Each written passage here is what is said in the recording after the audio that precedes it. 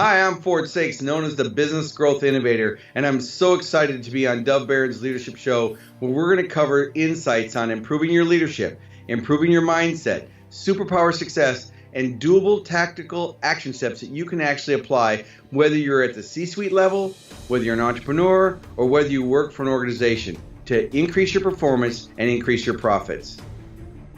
Congratulations! You are tuned into Dove Barron's Leadership and Loyalty Show, the #1 podcast for Fortune 500 executives and those who are dedicated to creating a quantum leap in leadership. Your host, Dove Barron, is the founder of FullMontyLeadership.com. He's an executive mentor to leaders like you, a contributing writer for Entrepreneur Magazine, CEO World, and he's been featured on CNN, Fox, CBS, and many other notable sites. Dove Barron is an international business speaker who was named by Inc. magazine as one of the top 100 leadership speakers to hire. Now, over to Dove Barron.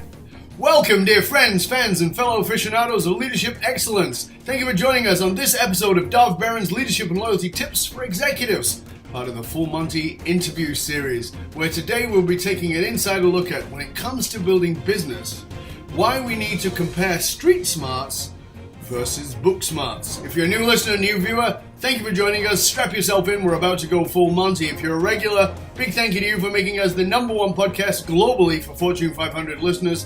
And we're also grateful to be cited by Inc.com as the #1 podcast to make you a better leader. Listen, there are over 1 million podcasts out there, and thousands of them are focused on business and leadership, but there's only one show that focuses on the heart and soul of business and leadership. And you're tuned into it with me, Dove Barron. Remember, we always need your help in staying relevant, so please get yourself over to iTunes, rate, review, and subscribe to the show. All right, let's strip it down and dive right in. As a leader, whether you're a CEO, someone in the C-suite, sales leader, entrepreneurial leader in any capacity, you know, in order to expand your position and dominate your market, you have got to have the right expertise. Does that mean you need to learn more? Absolutely. However, in a world that has a gluttony of gurus, knowing what to learn and who to learn it from can be a real challenge. Well, stay tuned because you're about to find out how. Our guest today is Ford Saeks. Now, Ford is a successful entrepreneur who's sold millions of products and services to a wide variety of industries. He's drawing on 25 years of street smart innovation. He specializes in helping clients find, attract, and keep their customers. That's always the challenge, keeping them. He's helped thousands of business leaders dramatically improve their business and their performance. Ladies and gentlemen, put your hands together and welcome Ford Saeks. Yay, and the crowd goes wild. How are you, mate? I'm doing great. Thanks for having me. It's good to have you on, my man. I'm trying to think that, I was thinking about this the other day. I was thinking about when was the first time we met, and it was like, I know it was years and years ago, but it was very briefly at somebody else's gig, and it might have been like 10 years ago. And then I think it was, yes. We've always sort of been on the periphery of each other's lives until sort of very recently. Then we now we have so many friends in common too, which is cool. Many good folks. And I'm great to be a guest here on your show. You've done a great job with this show. You add lots of value to your listeners and viewers. Thank you, sir. That's very kind. So bringing it back to our original question regarding street smarts and book smarts, life on the line, gun to your head, street smarts or book smarts? Street smarts all the way. I think a lot of people become continual learners and they don't actually get into action and actually do anything. Mm-hmm. And they believe that since they've gone to the events or went to the webinars or watched the podcast or whatever it is, that they feel like they've somehow assimilated that knowledge. Well, that's great, but you still have to put it into action. And it's always, you can learn from two ways, right, Dove? You either learn from your experience or from other people's experience. So you can learn from other experiences. I'm a learner every day. Mm-hmm. But at the end of the day, you have to have an intuition, and that's where the street smarts comes in. The intuition to identify which strategy tactics should you implement, and then what's really working. Because if you just drink the Kool-Aid and you listen to everybody, you'll go nowhere.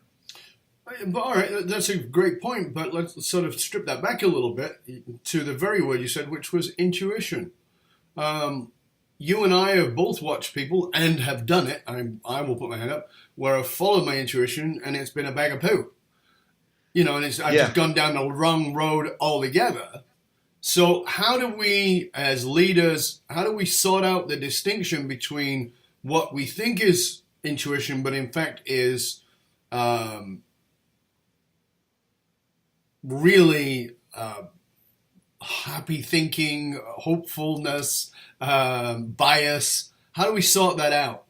All right. Well, the first thing is I would believe that you have to have an open mind. If you believe that you know everything and you don't know what you don't know and you don't know it, then you're going to make a lot of bad mistakes. Right. So your intuition isn't going to help you if you're not open. Mm-hmm. So the really key to balancing the book smarts and the street smarts is to set clear outcomes of what you're really trying to accomplish or do, whatever the goal is. Right. Then to do your research and look at what's been done. Success leaves clues, right?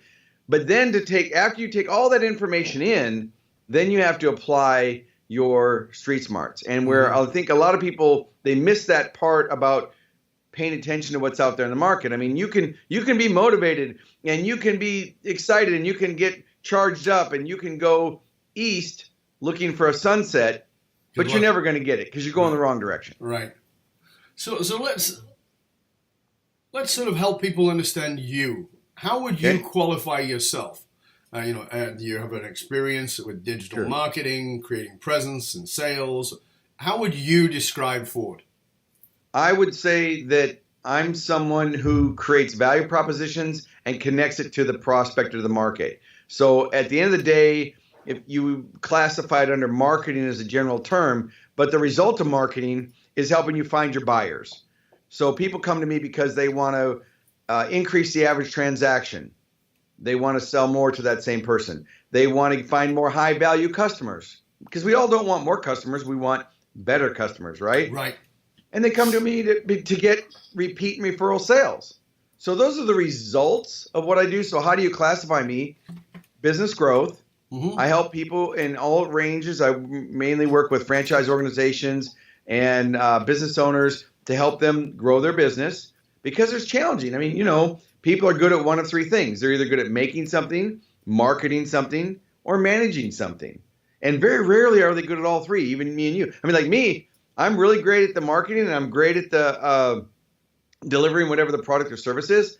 The management part, I know and I understand, but because I'm an entrepreneur and I can do things, I've had to really learn that part to make sure that you keep the millennials motivated, that you avoid entitlement mentality, that you get the other people, and I'm not saying millennials aren't motivated, they are. I'm just saying you have to deal with all these different things.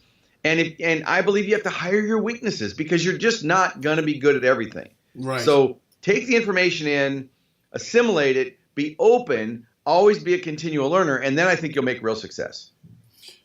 I want to put this in there because as you know, we have a very large audience of entrepreneurs, high-level entrepreneurs, but we also have a high level of C-suite type individuals. Right.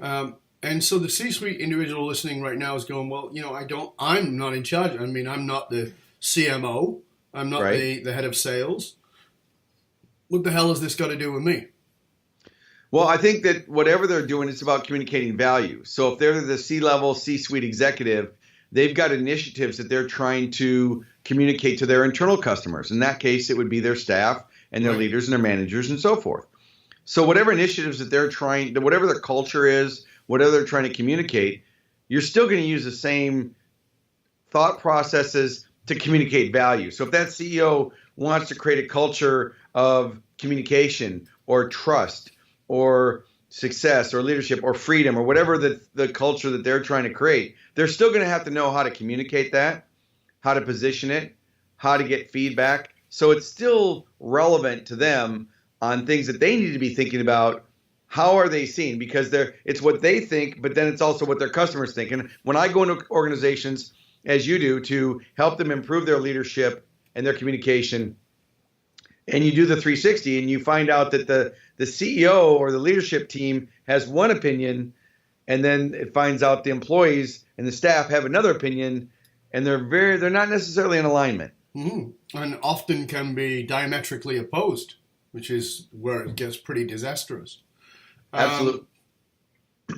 So, I mean, I like what you're saying there because we've talked about this before in the show, which is, I think, is a new way of thinking certainly in the last 5 years, maybe 10, which is this concept that I don't think leaders even grasped before, which is internal customers versus external customers. And as you know, in my last book, Fiercely Loyal, we talked about how do you keep your millennials loyal. And it is a job of selling them every single day, not to necessarily buy the product, but to buy the mission, to buy the vision, to buy the purpose, to buy the culture. So I love what you're saying there. That's the internal customer thing that I think is, so if you're a C-suite individual listening to this and going, well, I don't sell. Yes, you do. Yeah, they do. Yeah. And I think you're right on target with that. And your book is great, by the way. Thank you. And I would tell them that they really are selling. And the challenge is that there's a little bit of delusion. And I'm not trying to irritate anybody at the C-level, executive. Oh, please do. But there may be, let's just say there may be some delusion there. And so if anything, if this episode just makes them step back a little bit and just observe and maybe ask some different questions, maybe they'll get some insights to what's going on. I mean, I worked with a company, I was working with a large bank, and they thought that they were all built on customer service. And the leadership said, we're all about customer service. We're all about customer service. So I said, oh, really? So I grabbed my cell phone and I dialed into their bank and I acted like I was a commercial customer. I got transferred 3 times, got put on hold. It was terrible. And of course, I did this in front of their conference room. We had all the executives sitting around the room. I said, look, it took me one phone call to find out that there's a big disconnect between what you think is going on and what's really going on. I love that point because it's one of the things that I am constantly faced with companies is how they, I wouldn't say that they think, I think it's almost like it's this ingrained belief. This is what we are. And to such a degree that there is, in fact, delusion, and there is, in fact, ignorance, willing ignorance of the problem. Because I want to continue to believe that we are customer service, and we are the best at customer service, and the fact that you've got this evidence, I'm going to make that an anomaly. I'm going to say, no, that's not how we really are. It was just today. Well, the numbers don't lie, and there's a big gap. One of the things I'm known for, Dove, is I come in and I bridge those gaps. I see the opportunities and the blind spots that companies don't see. That's the real advantage to bringing someone in from the outside, is they're not politically invested, and they can look at things and they can see things and interpret things in a different way. Absolutely. And I think that there's many times where I'm brought into an organization to help them improve performance and leadership and communication, not just sales, but to really help them grow, which is part of growing their business, right? And the problem isn't the problem. You come in and they think it's the team. They think it's their executives. They think it's their managers or their turnover rate or whatever. And it turns out that it really was their leadership. Mm-hmm. But to get in the door, they don't believe that. So just being open, I would say just challenge yourself. Even if you're extremely successful running a 7-8 figure business, whatever, however big you are, 9, whatever, you still need to have that entrepreneurial mindset to step back and be able to see what's really going on and ask those tough questions is really the hard thing for them to do. And then if you surround yourself by people that are smarter than you, I mean, I always say hire your weaknesses. Like, I mean, I have a great controller. I understand balance sheets and income statements and ratios and all of those things, but I'm going to hire a controller. Sure. And then I'm going to have my financial meeting. So do what you do best. But if something's not working, and your business isn't growing, so we'll do both, internal, external. If your company isn't growing and you've got turnover and dissentment and attrition in your company, it's your culture. Right. If your customers aren't buying or you're not selling enough products or services, it's you're not communicating value. I mean, people like to make it more complicated and that it's 22 different things, but at the end of the day, that's what it boils business down to. Is still business. Yeah. I mean, even though digital has changed things and AI is going to change things and Bitcoin and blockchain and there's all these new things coming out, at the end of the day, it's business. So let's go to what you just said there. What do you see as the biggest threat to modern entrepreneurial leaders? Is it Amazon or is it AI or is it, what do you see as the biggest threat facing these entrepreneurial, because, and just sort of to tag to it, we've seen companies rise in the last 10 years and 15 years who didn't exist in the Fortune 100 before, and didn't even exist in the Fortune 1000 before. And many of the companies that were at the Fortune 100 have disappeared, completely gone. So what do you see? You get this, you work with very big companies, very powerful organizations, great leaders, and you get to and you're also very much an entrepreneur. So you get this 360 view and 10,000 foot view. What do you see as the biggest threat to modern entrepreneurial leaders? Well, I think a couple different things there. First comes to my mind is one of the biggest threats, and also, there's opportunities with that, but the threat would be, people say, well, listen to your customers. I mean, I'm a marketing guy, so I tell customers, listen to your customers, but at the same time, you still need to think ahead because, there's an old saying, I think I heard, I don't remember who said it, that, if Henry Ford would have listened to his customers, he would have made faster horses. Right. He wouldn't have made the car. So you want to listen to your customers or what they need, what their need is, but then you need to ask yourself, how can you solve that in a different way? I mean, if you look at what Steve Jobs did with Apple products, those didn't exist. Right. They looked at what the customer wanted and then they changed it. So I think the threat is not being open and really paying attention to your value proposition and being flexible enough to have a program in place for feedback loops. So yes, you have a plan, you need to stick to your plan, but you also need to be aware of what's changed in the marketplace. I think that AI, artificial intelligence, is going to have a huge impact on marketing and marketing automation. It already is having it right now. Yeah. It's changing everything. I mean, Alexa, what time is it? It's 11:17 a.m. I mean, all people have to do is say to talk to Alexa or Siri or Google Box. So those things are going to just continue. And so businesses need to think about their customers. I mean, even education, the kids, they don't need to learn a lot of things because they can look everything up. So I think the threat is not paying attention to the market and looking down the road. I mean, looking at your what's going on right now, but also thinking a year, 2 or 3 or 5 down the road. But when it comes to planning, you really can't plan more than 18 months or 2 years down the road because the landscape's changing so quickly that if you said, oh, well, let's do a 5-year plan, I don't know how you'd even do that because it's going to change. Now, as far as the opportunities are concerned, there's huge opportunities with all this change in technology. I mean, it's so funny right now, Dov. I'm sure you're going to have people on your show coming up. Bitcoin and blockchain are what everybody's talking about right now in my circles and the executives and people that I was just with Larry Benet and he's doing a large thing. We were at the CSuite thing together in New York and he was talking about this $1 million thing that he's doing with blockchain. And there's all these experts that are popping up. It's just like I can't turn on a YouTube video without seeing some 24-year-old with the beach in the background of their house talking about business coaches. And what's so funny is these guys might have figured out some ways to generate some revenue through YouTube, but as far as business experience and understanding they don't even get it. So there's all these business coaches. I mean, I had a lady work for me, 24 years old. She was doing our social media. She was doing an okay job.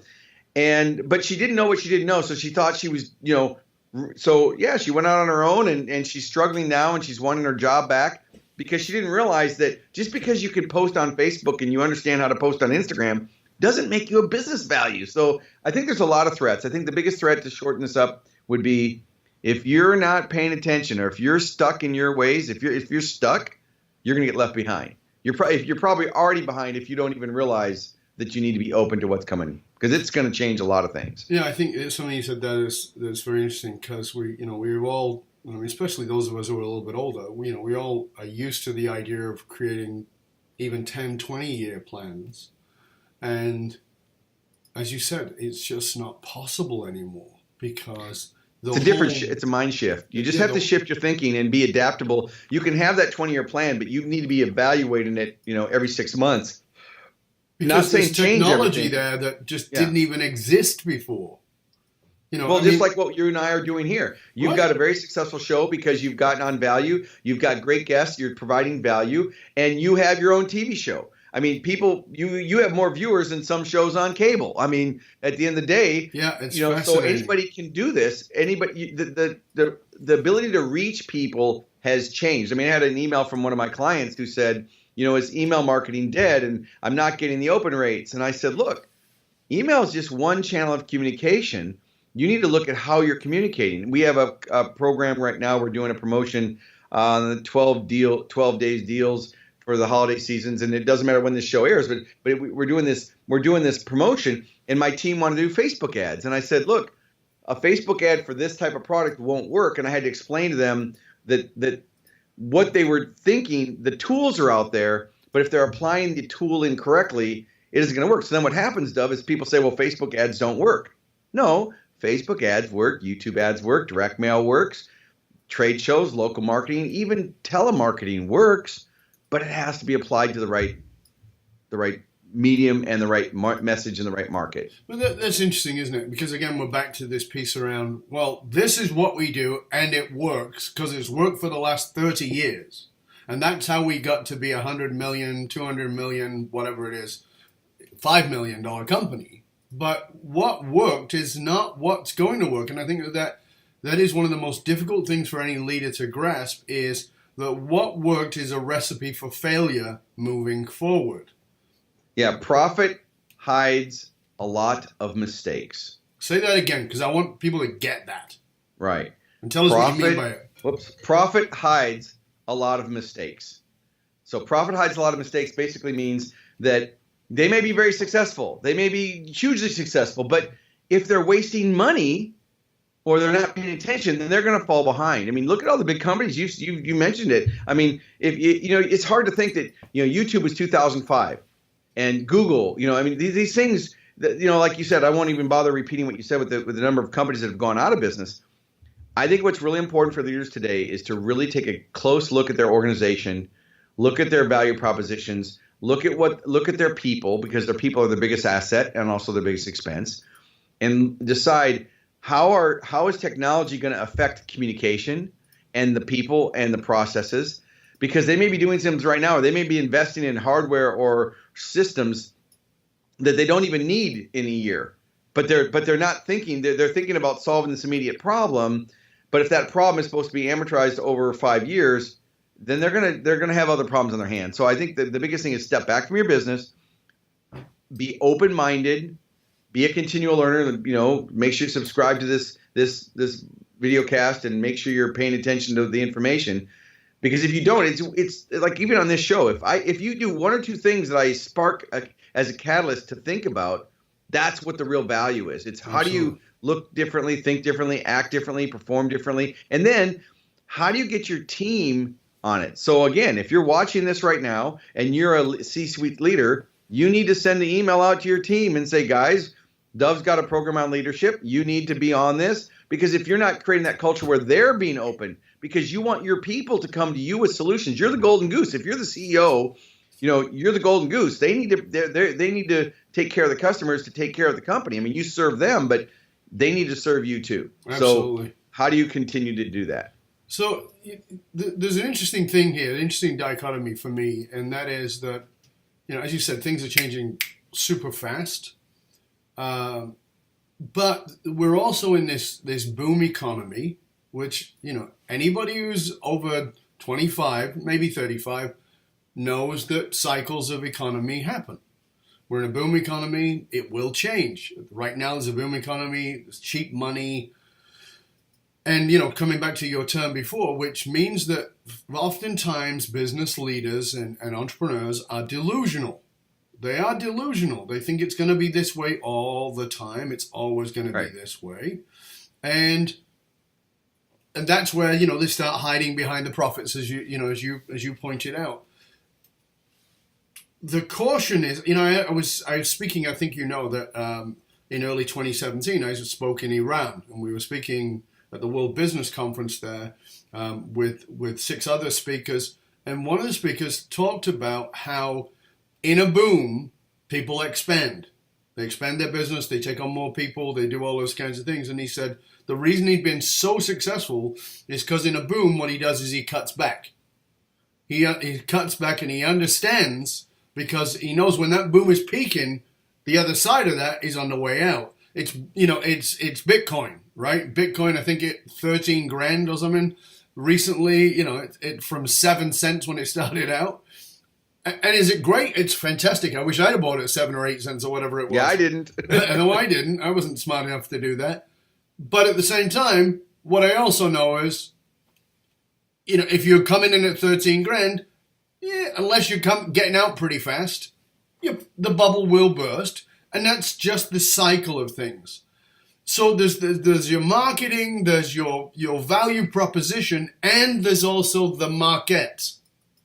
Walk us through a little bit, Ford, because this is part of your expertise of sort of having that vision for people, looking down the road in the context of putting their value forward.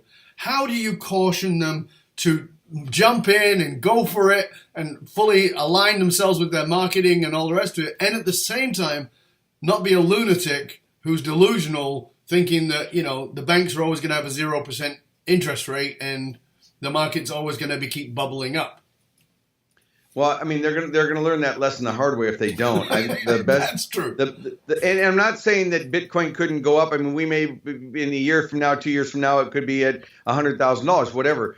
The important thing to realize is if you don't understand that market, you shouldn't be in that market. A friend of mine said that when cab drivers start investing in things, and I'm not thinking against cab drivers, but when people that aren't in business, just for the lack of, I don't want to make anybody upset here, but when people who aren't educated in a certain medium are starting to throw money at it, then that's when you have to, that's when you need to worry, because everybody's jumping on the bandwagon, but it's not, it has to have substance. If you remember when the dot boom was going on, and I was just thinking about the dot-com boom. It's the exact same thing all over again. Yeah. And there will be some winners. There will be some companies that make it through that legitimately come out on top. There certainly will be. I mean, if you look at all the search engines that were back then, there was 2 dozen of them, and Google, survived. If you look at the social media platforms, there's been dozens. Facebook survived, LinkedIn, YouTube, Twitter, Google+, Instagram, so forth, and there'll be new ones. The biggest thing is you were talking about the cyclicals and the booms. And the really thing is you've got to have systems in place for metrics. What are your key performance indicators? What does it cost you to acquire a customer? What's the long-term value of the customer? And be monitoring that so that you can because those numbers will start to tell signs of what's going on. It's just like, look at all the retail locations. And I think it was Macy's was closing hundreds of stores. And by the time people watch this again, if they're watching this as a replay, who knows what's going to be changing in the marketplace. So I think what business leaders need to think about today is what's their real mission and values. And I don't mean it from what's the plaque on their lobby, but what are they really about, and what problems do they really solve? I mean, at the core, they need to understand what problems do they solve. And even the clients that I consult with, it's so amazing that I work with them and I say, tell me what problems you solve. Oh, we sell this. I said, no. What do you solve? Like, why do people pay you? What's the reason that they or their companies, why do they do business with you if it's B2B or B2C? What is the real value? And if they don't have those key performance indicators in place, if they don't know those weekly metrics, if they don't have something to measure, then it's like driving their car with the windshield painted black and their foot on the gas. I mean, what's going to happen? I mean, that's how a lot of people run their business. When it's a boom, right? They're blind. They think it's always going to be there. Their foot's on the gas. They're going 100 miles an hour, but they don't know because they have no gauges. They don't know when they're going to run out of gas and they can't see the curves. They're going to crash. Mm-hmm. I mean, I can't tell you how many times I've worked with clients that I've told them, look, you better be doing X, Y, and Z, but they don't know what they don't know. And if they're closed-minded, then I just have to say, okay, I'm responsible to you, not for you. If you don't want to listen, I can't help you. But that's a very interesting point, because I think that we, as I said, I think that we are often ignorant. I know, and I'm there too. As you said, we don't know. Oh, I've made my mistakes. I'm not immune. No, we don't know what we don't know, as you said. And I think that sometimes it takes what I call a slap upside the head to wake you up. And in the context of that, I think Ford, that in 1990 I fell off a mountain, got smashed to pieces. It was a turning point in my life. I believe, and it's my belief, it's not the truth, my belief that all human beings have a fall. Sometimes the fall is quite literal in my case, but sometimes it's a horrible diagnosis, it's a bankruptcy or whatever it is that wakes us up and makes us reassess. I know that you had a fall because your son passed away. Yes. Can you tell us a little bit about how that impacted you as a human being and as a leader, as a business leader, and did it change the way you looked at not only your life but how you looked at business and leadership? Yes, certainly. And I do hope that it's okay for me to bring Oh, this no, up. 100%. No, I'm good. I'm good. I'm about to tell a story, and for the purposes of this story, I'm going to share something personal. Please understand the context of the story. So if you don't like the story, complain to me. Don't complain to Dove. All right. So you'll understand why I'm saying what I'm saying in just about 15 seconds. So I'm 56 years old, and my son was 29, and he'd gone through 18 months of cancer treatment, radiation, surgery, stem cell, and he was a healthy kid, but the cancer was aggressive. So finally, he went from playing hockey to being real weak to death in about 4 weeks. So we had time to be with him, and so if you had to go, I don't know if that sounds right, but if you had to go, it couldn't have been any better. He had all his hockey friends around him, his friends, his family. 24/7, we got to laugh and watch football, and so if you had to go, it was a good thing. So every day he kept getting a little bit weaker and weaker, and we were always around him. And so it was a Saturday morning before we passed, and I'm in the room with him, and I know the time is soon because he can barely breathe and barely swallow. And you got to remember, I had a really good relationship with my son. We played on the same hockey team. I mean, we were very close, like good friends. And we always gave each other crap. And so I lean into him and I go, Logan, I'm here. And he can barely swallow. And so, of course, Dove, you got to understand, man, it tore me up. I turn away. I start crying, because I'm like, oh, God, the end is near and I don't know how to deal with this. So I turn back to him. And, of course, I've got tears coming down my face. And I'm, trying to put this fake smile on myself to be strong in front of him. And I lean in. I say, it's okay, Logan. I'm here, Logan. And Dove, he takes a breath. And he tries to swallow, and I'm thinking, oh God. He takes a second breath and tries to swallow, and I'm thinking, oh God, he's gonna die like right now. He takes a third breath and goes, pussy.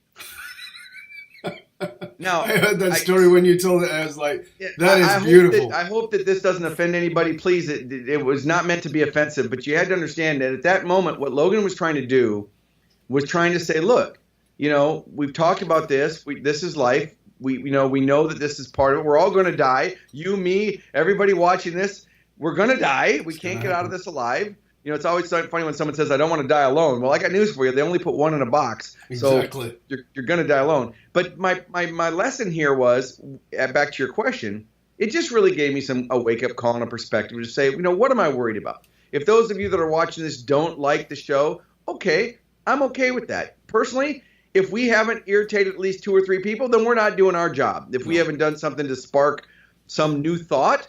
So even if nothing, it's to get you to think, because otherwise you're just a zombie. You're just going through like The Walking Dead waiting to get stabbed in the head. I mean, what are you doing with your life? So just like you falling or my son, those are just chances for us to really step back from our lives and choose. I think the real big lesson here, because I've told that story, and people have come up and said, gosh, I'm so sorry for your loss. And I'm sorry for my loss too. Believe me. I mean, I miss him every day.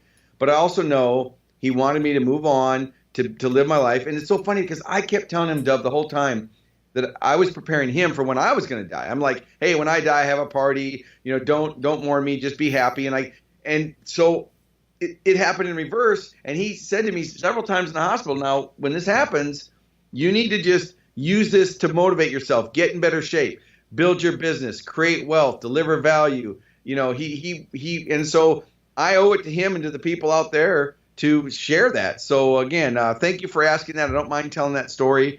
It certainly changed my perspective. And of course, now I've got all my friends emailing me and saying, pussy, so right, it's like, sure. They're teasing, but I don't care because every time they do it, it just makes me remember him and keeps him alive. So it's all good.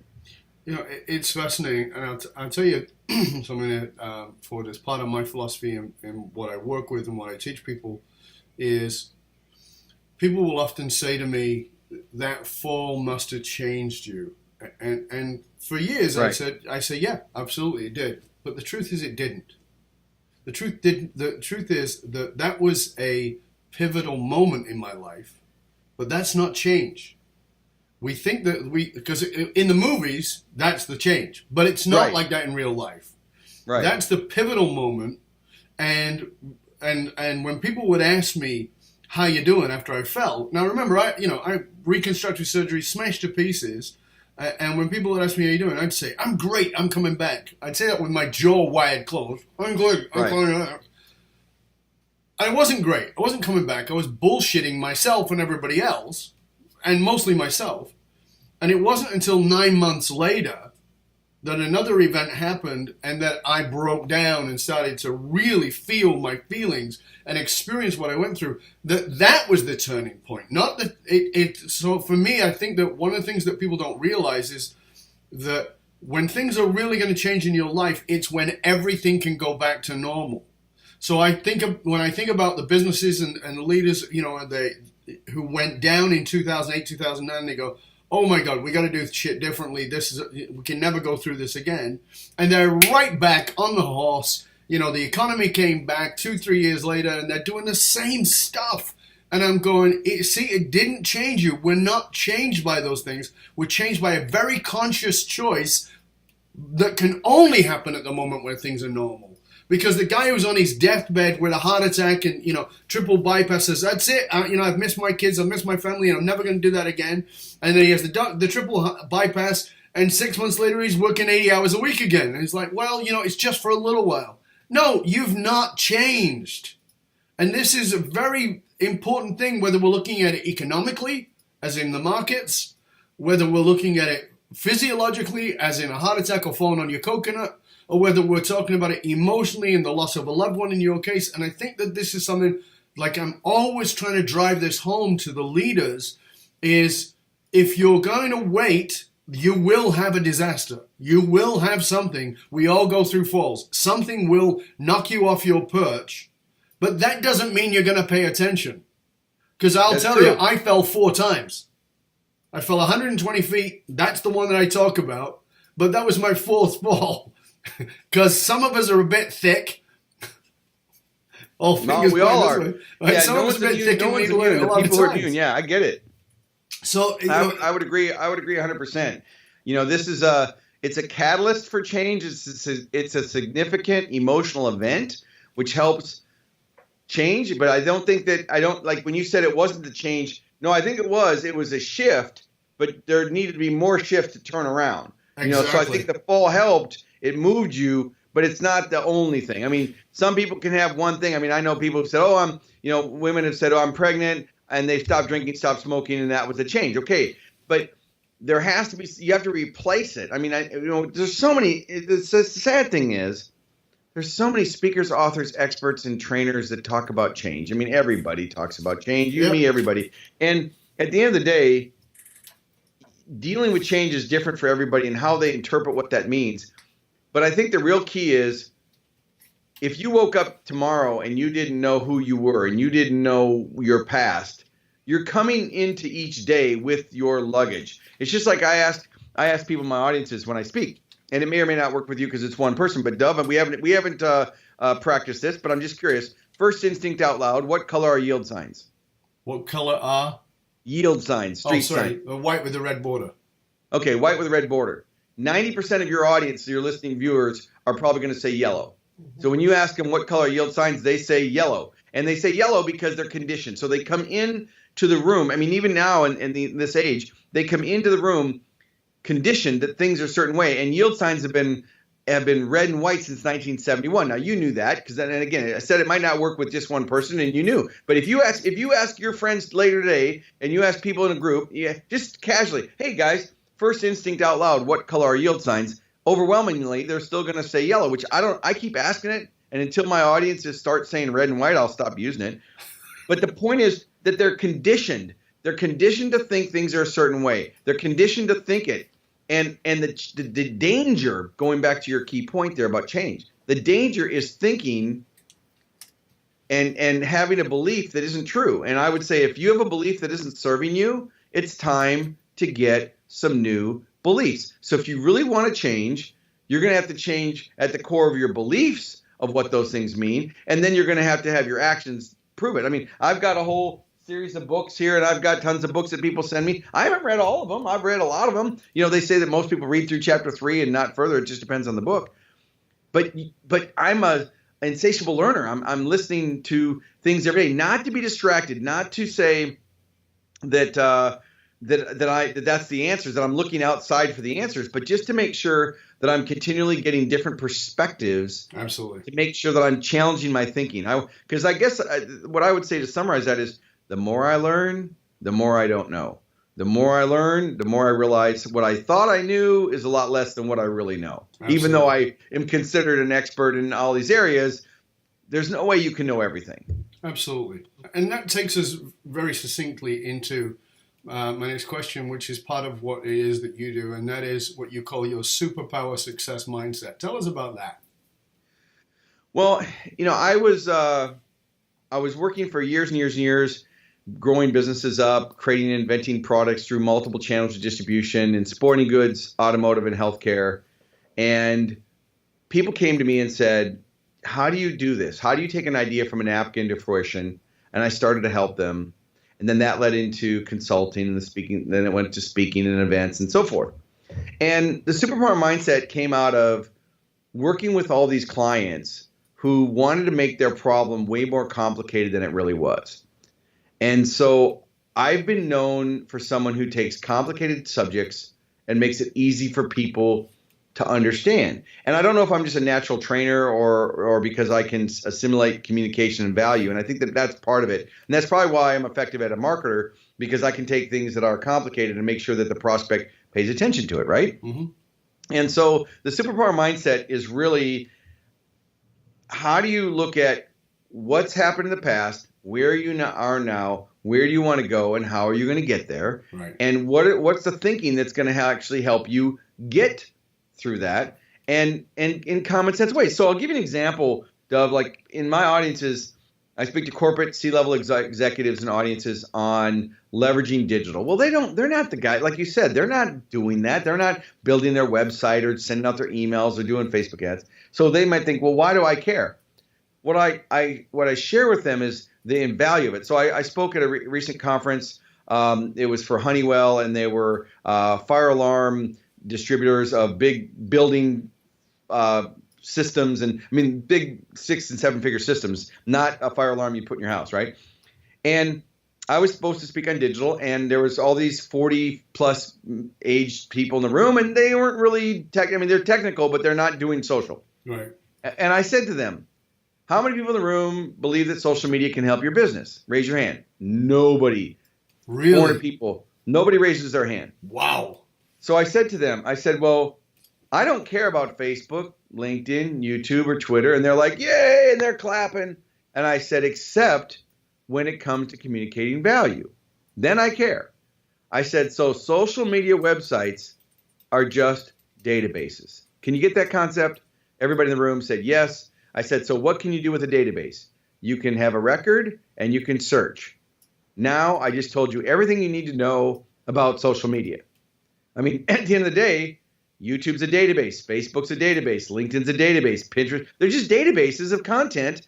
Now, of course, I'm a little oversimplifying it, but at the general level, from the C level, they need to understand that they're databases, and then you can search, sort, and communicate. And once I told them that, they're like, now I get it. Now I understand why I need to be on YouTube. Yes. Every business should be on YouTube because it's the second largest search engine, and you're going to get traffic in business. You're going to get exposure to your business. And for those of you that are saying, look, I'm a CEO, fine. You can create videos, or whether it's YouTube or not, but you should be creating videos for onboarding new employees. Absolutely. You're gonna onboard them faster. You're going to lose less brain trust when people leave the company. You're going to be able to have less attrition. So the tools are out there, but they make it too complicated. It's like, oh, that's too complicated. I need my 6-year-old to teach me how to do that. No, you really don't. It's just don't overcomplicate. So it's a long answer what the superpower mindset is, but it's really, how do you look at your life and your business in a common sense way to step back and stop making it so complicated? Because I think sometimes people want it to be complicated because it makes them appear smarter. Look, these are just communication tools. You know, our show right here, it's a communication tool. That's what it is. It's just a tool to deliver value. The key is, not only do you have to create compelling and great content that's relevant and to the people who are watching, but then you want your people to consume it, and you want them to become advocates. So all of you watching this now, you need to share this video with at least 3 people to get more views. All right. Thank you, That's sir. my little pitch. Appreciate that. But you just said something that I think is important for all leaders to grasp, whether they are entrepreneurial or whether they're C-suite. And that is this. Not everybody, but a large portion of us in the leadership arena, I think that we often don't really grasp our own value. This is the value of Ford. This is the value of you and what you do. You see, if you and I are having a conversation, you're going to say to me, which I would naturally assume, how do you bring value? Right. You're going to ask me that question. And the truth is, I'm going to answer it in the shittiest possible way there is. Because none of us really grasp the value we bring in the way that somebody who is on the outside can see it. I mean, I have conversations with some of my peers and some of my friends and some of the people I surround myself with. And I surround myself with pretty amazing people. And they go, you have no idea how good you are at this, do you? And I go, no, I don't. Because I think we all have that unconscious competence about what it is we do. And there's a need to have that objectivity. It's like when people talk about their leadership and I'm like, you really don't know, do you? And they don't. And then I work with them and they're like, oh, that's what I'm doing right. That's what I need to build on. Yes, absolutely. And that's the same thing with what you do around value. Give us a clue in how we as leaders can sort of recognize the value that we're probably not seeing in ourselves and what it is we do, what it is we bring. Well, I think it comes down to asking the economic questions. To answer the question of how do you bring value, it's different for depending on what your role is. Of course. So I'll try to answer this across the board from C-level to entrepreneur to business owner to staff to whoever might be watching this. Mm-hmm. It really comes down to the economics. You have to be able to quantify and start asking the questions of value. I'll give you a quick little story on how this worked with one of my clients. I have a $10,000 consulting thing for 90 days. I work with him. It's called the Business Growth Package. The guy signs, he calls me and says, I have some questions for you. I want you to help me grow my business. I said, fine. After a little talk, I said, it's 10 grand. And he said, no. I just want to ask you some questions. And I said, it's 10 grand. So he gives me his American Express. We set up the schedule for the next day to have a call. The next morning, 10 a.m., he gets on the phone and he says, I'm sorry, I've got to ask for my money back. I told my wife what I did, and she's livid. She wants to divorce me. She thinks I'm crazy. Why would I? So he's giving me this riot act. And I said, look, before you ask for your money back, let's talk about this. One, your business has been flat for 3 years. You're not making any money, and you're going the wrong direction. I can show you how to change that to make easy 6 or 7 figures within 6 months to make the money back. So if I can do that, why wouldn't you pay me 10 grand? He said, well, now I understand that again, but I feel like you're selling me. I said, look, let's get the money thing out of the way. I said to him, who's someone you're going to sell to tomorrow or the next week or next year? He said, well, as a matter of fact, I have a meeting with a guy tomorrow morning who's the CEO of a hardware manufacturing company, and they've got 140 employees. And now this guy was actually a consultant. I'll talk to you about C-level, but he was a consultant, and he did workplace culture, leadership type training. I said, so what are you going to charge? He says, I'm going to charge him $5,000 for a full day training. I said, it's not going to work. The guy's first comment to me was, oh, is that too expensive?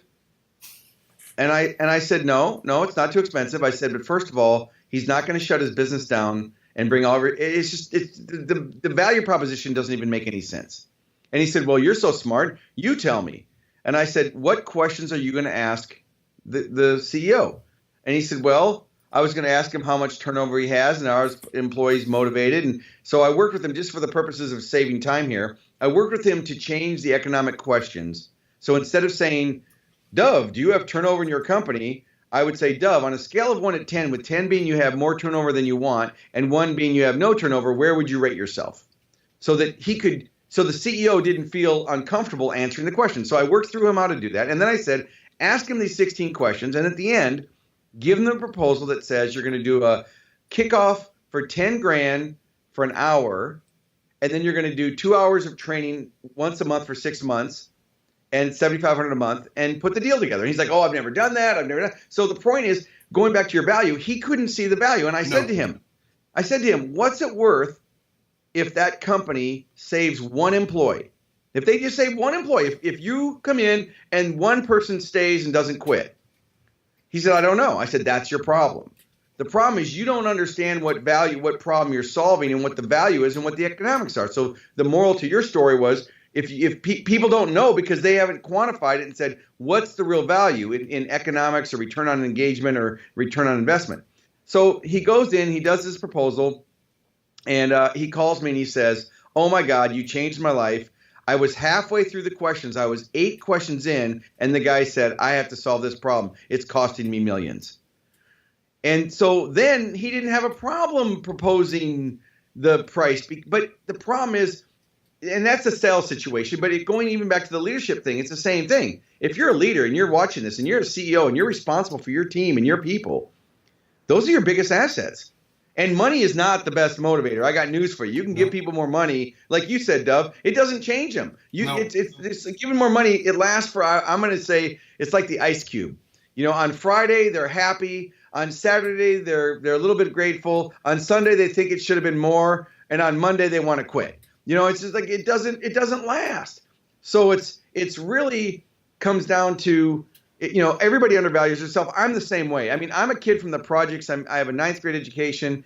I speak at major corporations around the world. And sometimes I have to pinch myself when I give my keynote fee to somebody because I'm like, that's more than I used to make in a year. You know, that's how did I do this for an hour? You know, and then so my point is, everybody, whether you're in sales or marketing or manufacturing or whatever role you have, quantify your role.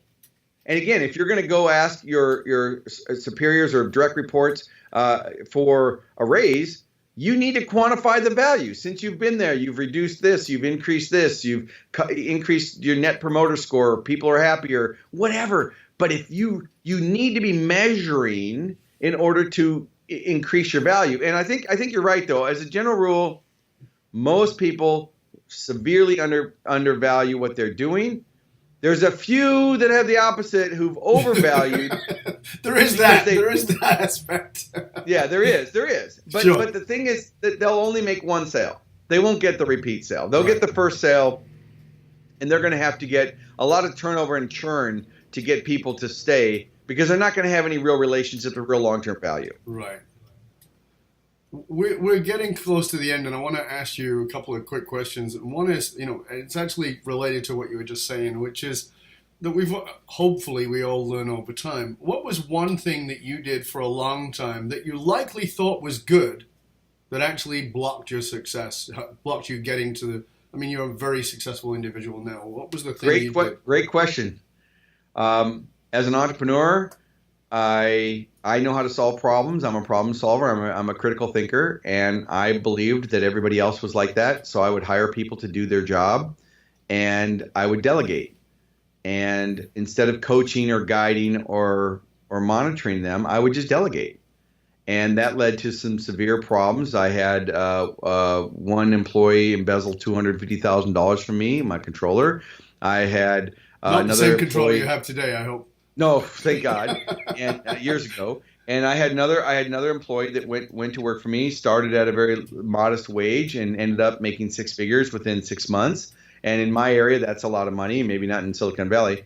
And then they went and they took my biggest client and started their own business, and it was tortious interference. And they didn't just take my client; they emptied out the bank account, took the inventory, changed this website. I mean, they did a lot of dishonest things. It wasn't. I mean, I'm prosperous. I mean, go and prosper. Like I don't begrudge anybody to go and do it, but the way this person did it was illegal. And of course, they knew that after the court case, and they settled and paid me. But the point is, the mistake I made was thinking that I could just hire without monitoring. And I hired because I believe in hiring your weaknesses, but you still have to make sure you have some what does success looks like in some management. And that's where I failed. I did that for years. I hired people. They didn't do a very good job. It's my fault, though. I'm responsible. I'm not blaming any of these employees because you know what? I didn't have a culture of success. I didn't have the right communication tools. And that's why I'm so passionate now about helping other companies, because I've been there firsthand. My largest company, Dove, had 100 employees. It's not as big as some companies, but 100, pretty good. And so I've gone through this before. And so now if you can avoid it, it's hard. The biggest lesson I had was not onboarding, managing, and leading employees effectively. That's a really great point, because very often, and you know this as much as I do, we work with leaders who want to control everything and they micromanage the shit out of stuff. And the other side of it is that when you finally talk them into letting somebody in, and not micromanaging, then they want to go the other way, which is to never have anything to do with them. And the truth of the matter is a great leader has to be a great coach. And that means you are tracking, you are monitoring, and you are guiding along the way, and then trusting them to go do that, and then come back and let's monitor and check and coach again. So I'll take a quick. I know we're wrapping up here. I'll do this quickly. So I was in a mastermind, Dove, and you know how masterminds work, and you all go around the table and you share an extra. So we're going around the table, and Joe Sharon, who wrote a book on the vitamin C of healthy workplace, something like that. You have to Google it. But we're going around the table, and Joe was in my mastermind, and I'm helping everybody, market and do their. And so they come to me, and this was 15 years ago, maybe 20, and I'm like bitching about my employees. Oh, I can't. These people, my overhead's 120 grand a week, and blah blah blah. And he said, I can solve your problem. I said, what? He said, I can solve your problem. He said, did you ever teach your son how to ride a bike? I said, well, yeah. He said, well, what'd you do? He said, did you put a helmet on him? Did you hold the back of the bike and run alongside of him as the bike moves? I said, yeah. He said, you know what you do, Ford?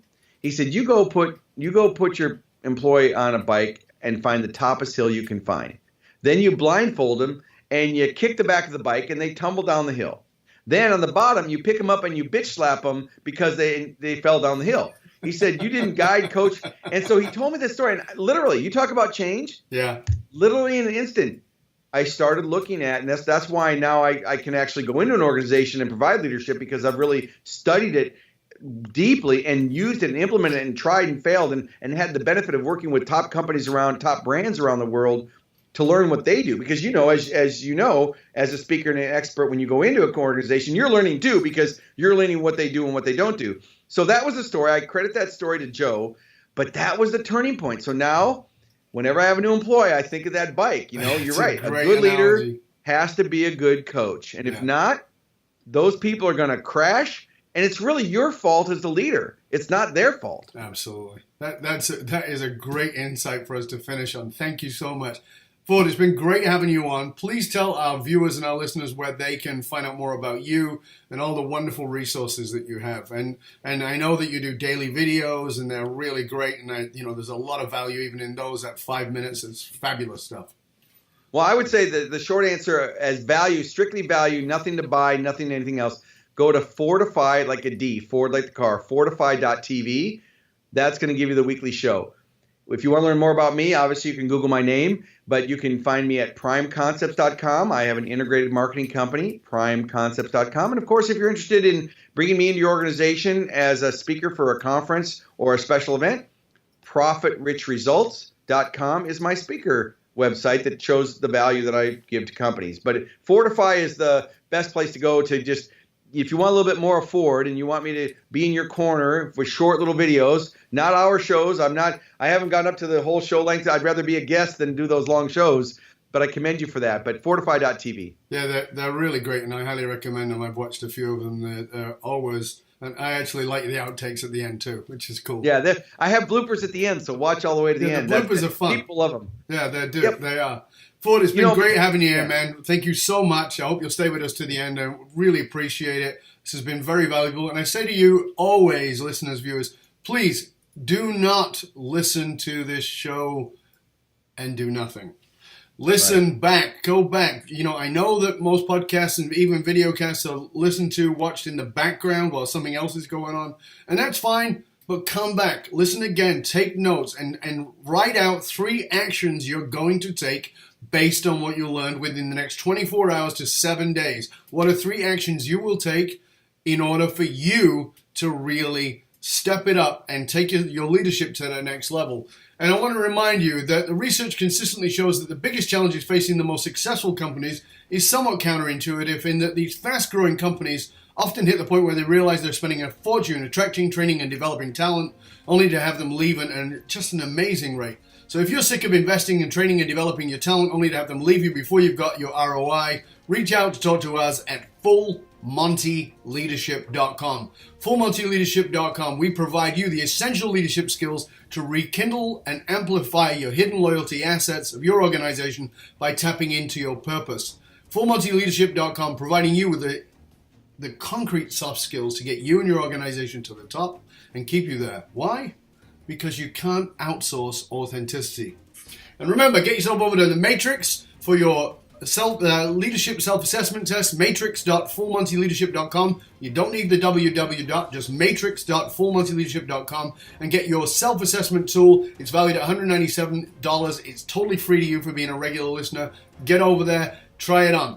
Till next time, this is Dov Baron, thanking our guest today, Ford. It's been awesome having you here. Thanking you, dear listener, for tuning in. And as always, stay curious, my friends. Stay curious about where your value is hidden from yourself and how you can tap into it just a little bit deeper and recognize what it is that you can bring.